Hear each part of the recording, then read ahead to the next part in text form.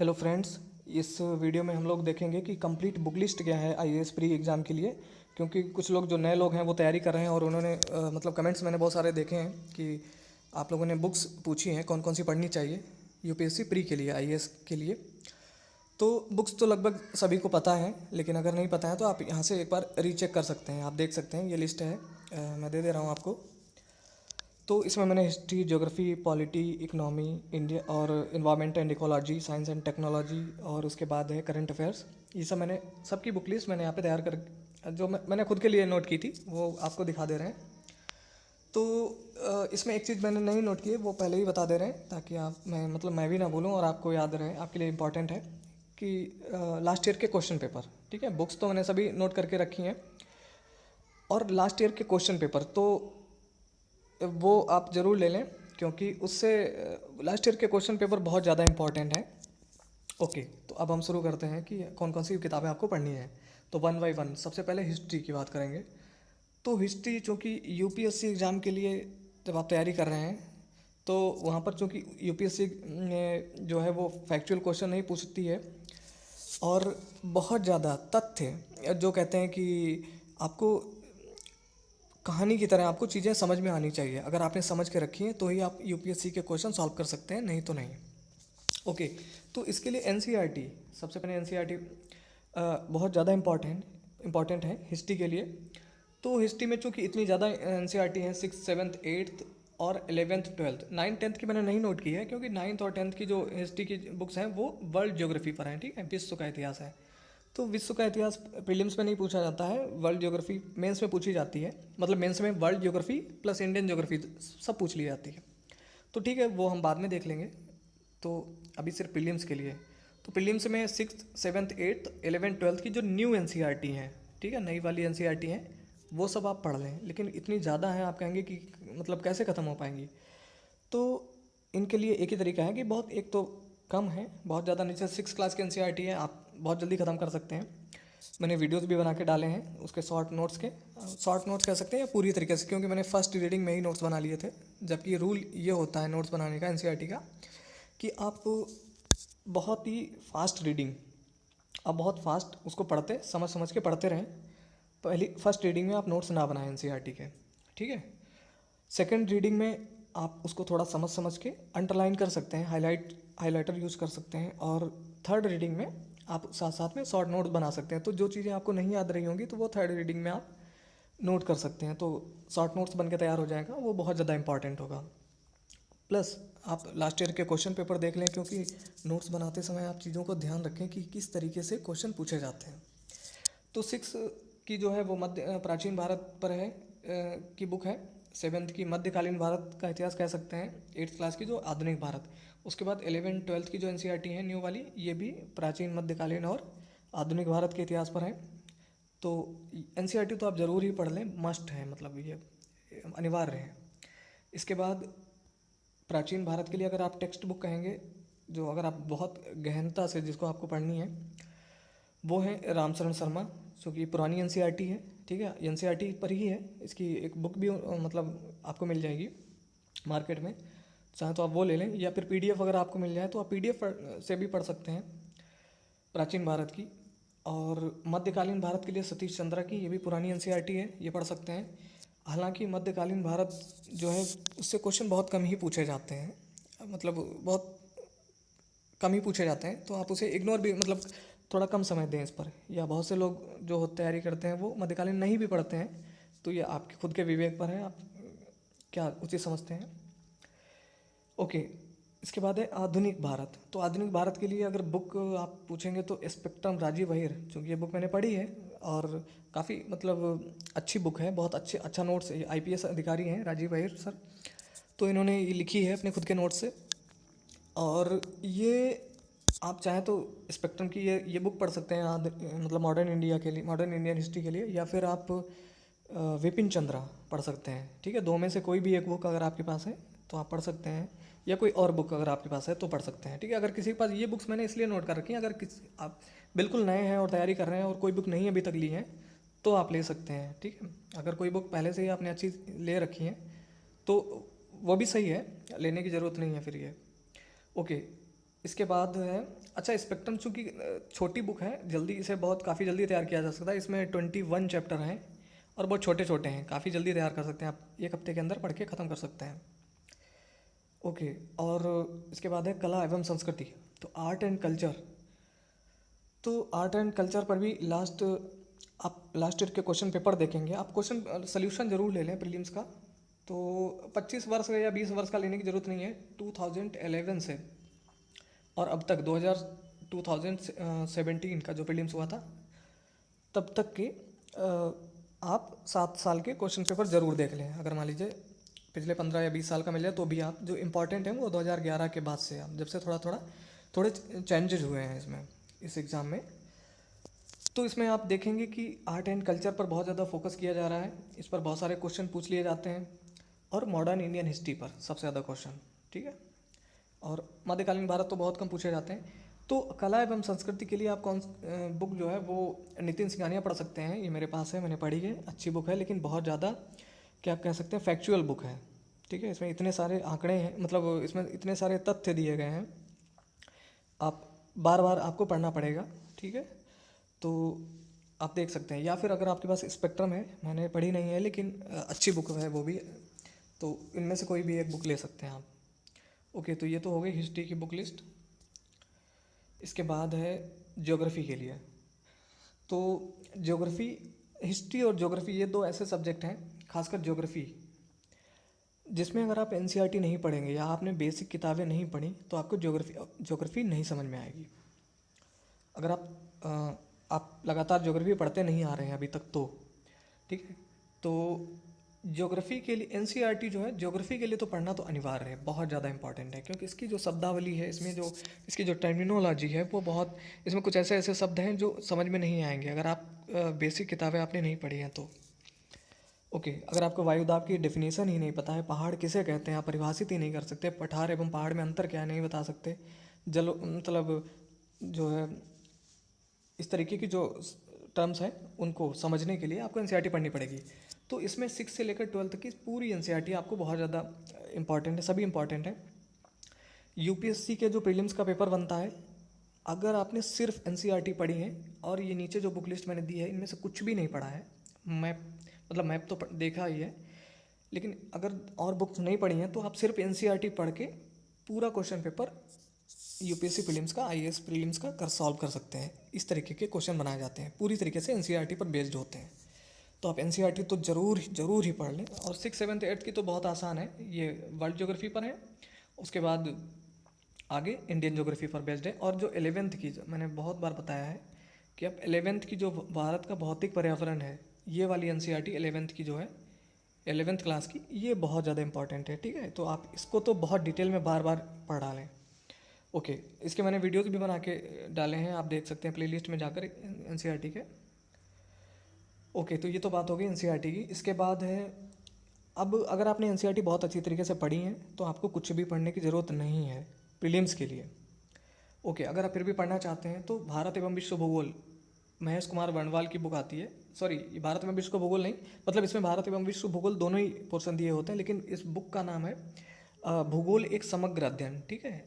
इसके राइटर है महेश कुमार वर्णवाल। ओके, तो भूगोल एक समग्र अध्ययन आप ये पढ़ सकते हैं, मतलब ये मैंने पढ़ी है, इस वजह मुझे मतलब समझ में आई है, तो इस वजह से बता रहे हैं। वैसे और भी बुक्स अच्छी हैं, माजिद हुसैन की भी अच्छी है, खुल्लर भी अच्छी है, बहुत ज़्यादा भारी भरकम है, तो इतना ज़्यादा पढ़ने की ज़रूरत नहीं है प्रीलिम्स के लिए, क्योंकि एनसीईआरटी तो आपने अगर देखी ही होगी साथ में। ओके, लेकिन इस जो भूगोल एक समग्र अध्ययन जो ये बुक है, इसमें वर्ल्ड ज्योग्राफी बहुत अच्छी तरीके से दी गई है, विश्व का भूगोल, लेकिन इसमें भारत का भूगोल थोड़ा अच्छी दी गई है, लेकिन थोड़ा कम, मतलब चीज़ों को उतनी ज़्यादा डिटेल में नहीं दिया गया है। तो उसके लिए तो आप चाहें तो भूगोल की दूसरी बुक, भारत का भूगोल किसी दूसरी बुक से पढ़ लें, और विश्व का भूगोल महेश वर्णवाल से पढ़ लें ये पोर्सन। तो भारत का भूगोल आप चाहें तो परीक्षा वाणी की बुक आती है एसके ओझा की, आप वो पढ़ सकते हैं, वो भी अच्छी है, या कोई और बुक आप अगर आपके पास है तो वो देख सकते हैं। इसके बाद है एटलस। आप मैप तो बहुत ज़्यादा इंपॉर्टेंट है, मैप पर भी कभी कभी 3-4 क्वेश्चन पूछ लिए जाते हैं कि सीरिया जो है वो, अगर मान लीजिए सीरिया में संकट चल रहा है तो उसके पड़ोसी देश कौन कौन से हैं, ठीक है। कोई भी न्यूज़पेपर आपको बता दे रहे हैं, क्योंकि पिछले, इसीलिए मैंने कहा कि 2011 के बाद से आप जो है क्वेश्चन को देखें कि आप बुक्स तो पढ़ेंगे ही, लेकिन बुक्स में कौन कौन सी चीज़ें आपको ध्यान में रखनी है, किस तरीके से यूपीएससी क्वेश्चन बनाती है।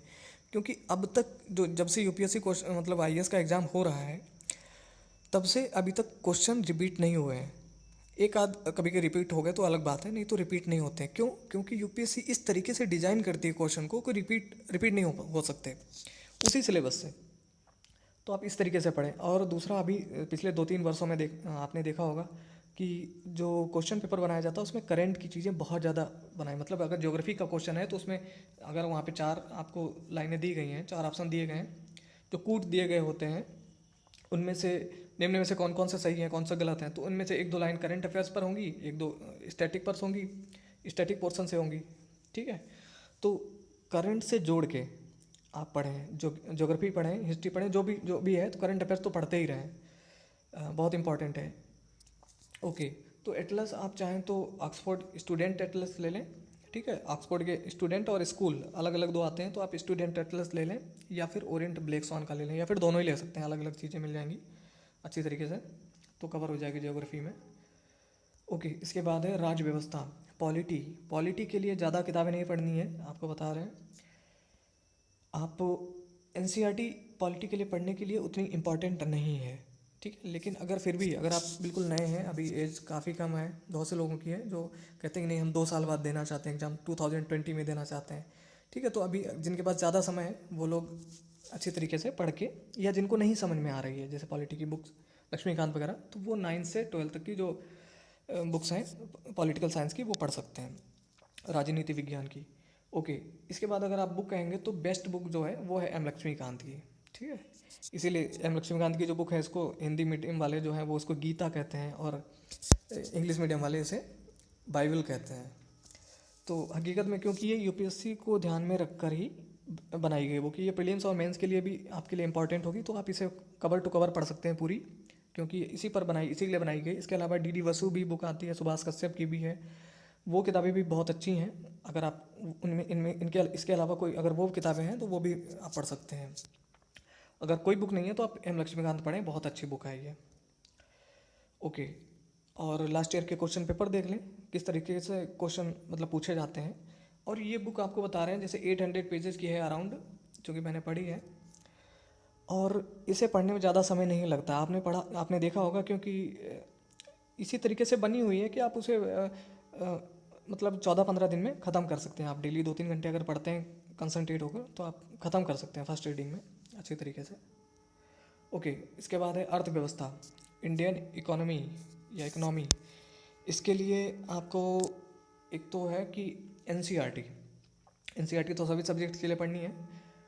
एनसीईआरटी आप 11th से स्टार्ट कर सकते हैं, 11th की एनसीईआरटी काफ़ी अच्छी है, तो आपको बेसिक समझ में आ जाएगा कि होती क्या है, अर्थव्यवस्था क्या है क्या दरअसल। ठीक है, इससे पहले अगर 10th की एनसीईआरटी काफ़ी छोटी है, आप देख सकते हैं, आप एक दिन में ख़त्म कर सकते हैं, चाहे तो आप वो देख लें, उसमें उदारीकरण क्या है, वैश्वीकरण क्या है। ठीक है, कुछ आपको डेफिनेशन मिल जाएंगी, इंपॉर्टेंट विकास है क्या दरअसल, अलग अलग लोगों के लिए अलग अलग विकास के मायने होते हैं। तो ये सब चीज़ें जानकारी, बेसिक जानकारी है, आप 10th की भी देख सकते हैं। उसके बाद 11th की बहुत ज़्यादा डिटेल में आप पढ़ लें अच्छी तरीके से। ठीक है, अगर अर्थव्यवस्था किसी को नहीं समझ में आती, बहुत से लोगों को नहीं समझ में आती है। उसके बाद 12th में चूँकि 2 एनसीईआरटी हैं, तो उसमें माइक्रो और मैक्रो, तो आप मैक्रो वाली पढ़ लें। ठीक है, मैक्रो वाली वो पढ़नी है, माइक्रो नहीं पढ़नी है। ओके, इसके बाद है बुक, टेक्स्ट बुक जो है भारतीय अर्थव्यवस्था के लिए, आप रमेश सिंह की बुक है, ये भी लक्ष्मीकांत की तरह भारी भरकम बुक है एक। और ये बुक मैंने पढ़ी है, लेकिन इसमें एक थोड़ी सी प्रॉब्लम है, इंग्लिश मीडियम वालों के लिए तो बहुत अच्छी है, और वही बुक हिंदी मीडियम वालों के लिए भी लिखी है, लेकिन इसको ट्रांसलेट उस थोड़ा इस तरीके से किया गया है, पता नहीं गूगल ट्रांसलेट किया गया, क्या किया गया है, कह नहीं सकते हम, जहाँ पर हो सकता है आपको थोड़ी सी प्रॉब्लम आए समझने में, लेकिन बुक बहुत अच्छी है रमेश सिंह की। इसके अलावा अगर आप चाहें तो संजीव वर्मा सर की बुक पढ़ सकते हैं, या फिर आप एस.एन. लाल की बुक भी पढ़ सकते हैं, वो सब भी अच्छी बुक हैं। ओके, लेकिन ये बुक मैंने चूँकि पढ़ी है तो इसलिए बता दे रहे हैं। इसके बाद आप इसके साथ में आप चाहें तो अगर फास्ट जल्दी से रिवीजन करने के लिए, क्योंकि योजनाएं वगैरह भी बहुत पूछ ली जाती हैं, तो एक तो आप करंट अफेयर्स देखते रहें। ठीक है, न्यूज़पेपर वगैरह में आप देखते ही रहते होंगे, पीडी का अतिरिक्तांक आप देख सकते हैं, पीडी का अतिरिक्तांक या किसी दूसरे पब्लिकेशन का अगर मिल जाए जो इस तरीके से छापता हो तो आप देख लें, ये वाकई मतलब थोड़ा सा हेल्पफुल रहेगा आपके लिए। और आर्थिक समीक्षा, इकोनॉमिक सर्वे बहुत ज़्यादा इंपॉर्टेंट है। तो इकोनॉमिक सर्वे आप पूरा नहीं पढ़ना है, जितना गवर्नमेंट ने छाप के रखा है पूरा अगर पढ़ेंगे तो बहुत समय लग जाएगा।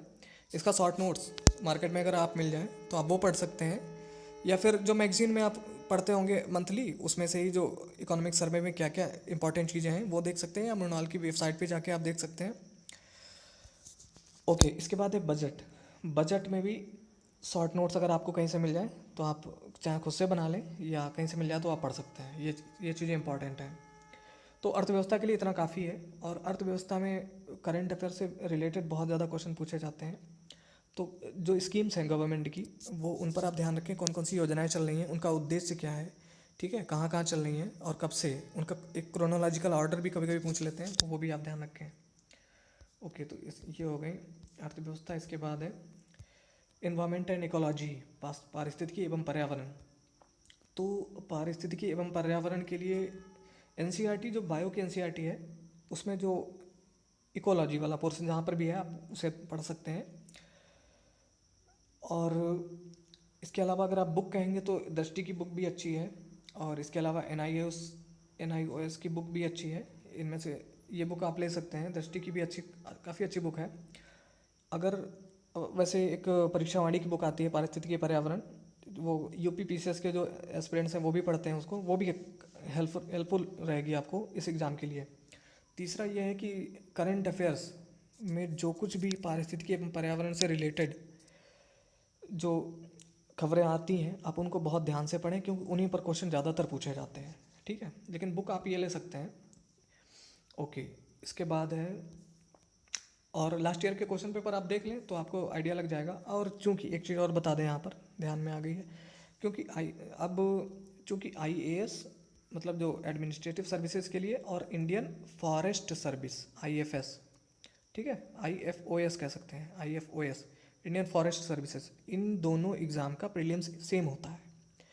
तो जब सेम एग्ज़ाम होता है इंडियन फॉरेस्ट सर्विसेज के लिए भी, तो इन्वायरमेंट एंड इकोलॉजी के क्वेश्चन थोड़े ज़्यादा पूछे जा रहे हैं पिछले 2-3 वर्षों से। आप क्वेश्चन पेपर देख सकते हैं।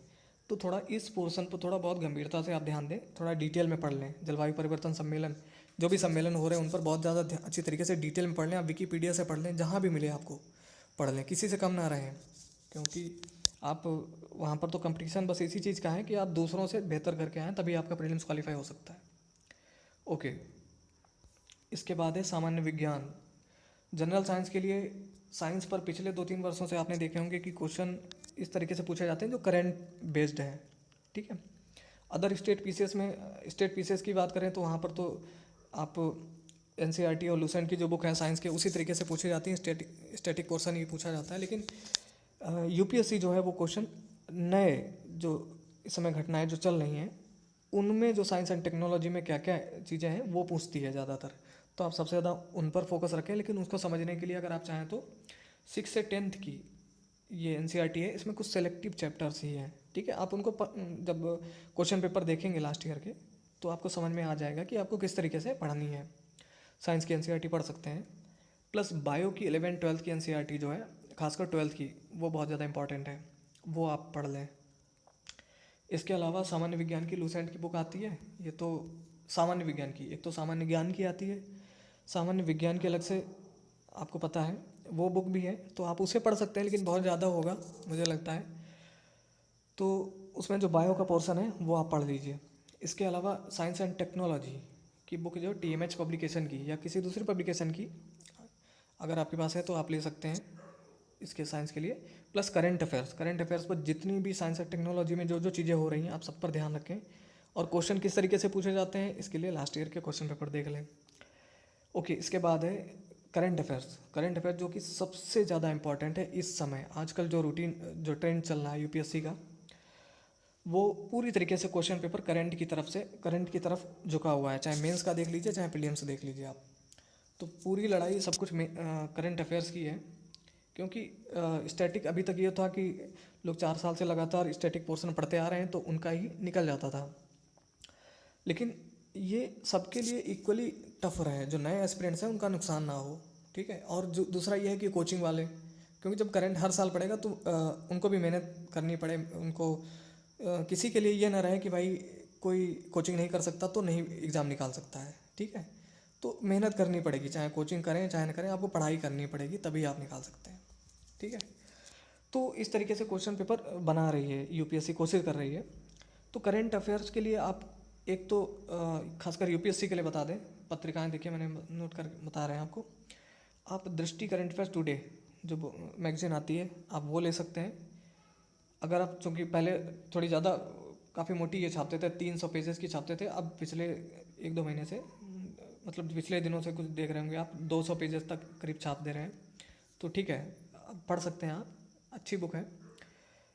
दृष्टि टुडे आप ले लें, या फिर विजन आईएएस पढ़ सकते हैं, या फिर क्रॉनिकल, इन तीनों में से कोई एक। और चाहे तो आप कोई भी 2 ले सकते हैं, या क्रॉनिकल या दृष्टि टुडे, और प्लस साथ में इसका वो आप पीडीएफ डाउनलोड कर सकते हैं विजन आईएएस का, अगर कहीं से मिल जाता है, इसकी वेबसाइट पर भी मिल जाता है पिछले महीने का, तो वो आप देख सकते हैं। इसके अलावा न्यूज़पेपर बहुत ज़्यादा इम्पॉर्टेंट है, ठीक है, प्रीलिम्स और मेंस दोनों के लिए।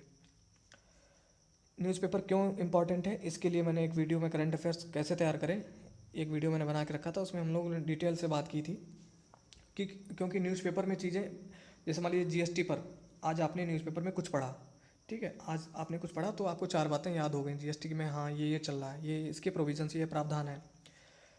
आपने 1 हफ्ते बाद या 4 दिन बाद फिर जीएसटी की कोई नई न्यूज़ निकली, फिर आपने कोई और चीज़ें पता चल गई, ठीक है। तो आप डेली ही हर दूसरे तीसरे दिन कुछ न कुछ पढ़ते रहेंगे न्यूज़पेपर में, तो इतनी बार हमारे सामने आती हैं चीज़ें, और ऐसे ही चीज़ें तैयार हो जाती हैं। तो इसलिए न्यूज़पेपर बहुत ज़्यादा इंपॉर्टेंट है। अब जीएसटी पर कोई क्वेश्चन किसी भी तरीके से बना दिया जाएगा, तो आपने जीएसटी अनजाने में ही, अगर आप न्यूज़पेपर पढ़ेंगे तो अनजाने में ही आपने 10,000 शब्द, 10,000 वर्ड्स आपके तैयार होंगे जीएसटी पर। तो 10,000 वर्ड्स में अगर आपको 200 वर्ड्स लिखने पड़ जाएँ तो बहुत आसानी से आप लिख सकते हैं बना के, ठीक है। लेकिन अगर आप कहेंगे कि भाई ये तो हम मैगजीन में भी पढ़ेंगे, टुडे, दृष्टि टुडे या विजन या क्रॉनिकल में भी पढ़ेंगे, लेकिन वहाँ पर तो आपको 200 वर्ड्स में ही मिलेगा ना जीएसटी पर 1 महीने में। तो इस 200 में आपको कितने शब्द याद रहेंगे, मतलब कितनी बातें आप याद कर रख सकते हैं, और रिवीजन भी आप इतनी रेगुलरली नहीं कर पाएंगे, आदत ही नहीं होती। इसलिए न्यूज़पेपर बहुत ज़्यादा इंपॉर्टेंट है मेरे हिसाब से। ओके, तो न्यूज़पेपर आप दैनिक जागरण चाहे राष्ट्रीय संस्करण पढ़ लें, क्योंकि जो अगर लोकल आप जैसे जो आता रहता है तो वो उसमें आपके डिस्ट्रिक्ट, आपके शहर की जो खबरें होंगी वो भी हुई कि कहाँ क्या हुआ, कहाँ एक्सीडेंट हुआ, कौन कौन सी घटनाएं हुई, वो सब भी होंगी। तो वो सब आप इग्नोर कर सकते हैं, आप मतलब उसको भी पढ़ सकते हैं आप। लेकिन अगर राष्ट्रीय संस्करण इसका मिल जाए तो आप, जैसा कि व्हाट्सएप पर भी मिल जाता है, बहुत सारे ग्रुप्स ऐसे चल रहे हैं, या कोई वेबसाइट पर जाकर भी आप पढ़ सकते हैं, ठीक है, राष्ट्रीय संस्करण अगर मिल जाए तो, या फिर जनसत्ता, ठीक है, या दोनों में भी पढ़ सकते हैं। लेकिन बहुत ज़्यादा पढ़ने की ज़रूरत नहीं है, आप दैनिक जागरण पढ़िए। अगर मुझसे पूछेंगे तो इसमें संपादकीय पढ़ते रहिए, बहुत कुछ आपकी समझ विकसित होगी। और क्योंकि दरअसल हमारा उद्देश्य सिर्फ प्री निकालना नहीं है, प्री के तो मार्क्स भी नहीं जुड़ते हैं, प्री तो सिर्फ क्वालिफाइंग है, किसी भी तरीके से प्री निकले, बस इतने के लिए है बस। तो सारी लड़ाई जो है मेंस की है आगे चल के, तो आप अभी से तैयारी होती रहे अच्छे तरीके से, इसलिए न्यूज़पेपर कभी ना छोड़ें, मेरा ऐसा मानना है। ओके, अन्य पत्रिकाएं अगर आप पूछेंगे तो आप योजना और कुरुक्षेत्र ये आप ले सकते हैं मंथली। तो योजना और कुरुक्षेत्र में भी, ये चूँकि गवर्नमेंट की पत्रिकाएं हैं सरकारी, ये आप ले सकते हैं। और इनमें सारी चीज़ें नहीं पढ़नी है जो एग्ज़ाम के लिए आपको लगता है। देखिए, आप क्वेश्चन पेपर देखेंगे बार बार, अगर आप 2-4 बार अपने क्वेश्चन पेपर देखेंगे तो आपको ये ज़रूर एहसास हो जाता है चीज़ों को पढ़ते समय कि कौन कौन सी चीज़ हमारे लिए इंपॉर्टेंट है, कौन कौन सी नहीं। जैसे कि न्यूज़पेपर पढ़ते समय आप न्यूज़पेपर पढ़ेंगे तो आप ये समझ जाएंगे कि ये चीज़ हमारे लिए इंपॉर्टेंट है, ये चीज़ नहीं, ठीक है। तो योजना कुरुक्षेत्र भी ले सकते हैं। वैसे तो जो मैगजीन है जैसे दृष्टि है, इसमें भी आपको मिल जाते हैं योजना कुरुक्षेत्र के लेख, तो चाहें तो आप ले सकते हैं। वैसे इतनी इंपॉर्टेंट ज़रूरी नहीं है, जो लोग मतलब तैयार जैसे जॉब कर रहे हैं या जिनके पास समय कम है, उन लोगों को लेने की ज़रूरत नहीं है ये। ओके, तो दोस्तों ये बुक लिस्ट थी।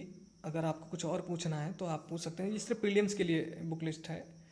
और तो ये चूँकि जो मेरी नॉलेज में जितनी बुक्स हैं या जो मैंने पढ़ी हैं, मैंने वो आपको बता रखी हैं। अगर हो सकता है कि आपके पास इससे बेहतर और बुक्स हों तो आप उन्हें भी देख सकते हैं। और अगर आपका कोई क्वेश्चन है तो आप कमेंट करें, मैं आपको रिप्लाई करूँगा। और ये वीडियो देखने के लिए बहुत बहुत धन्यवाद। आपका दिन शुभ हो।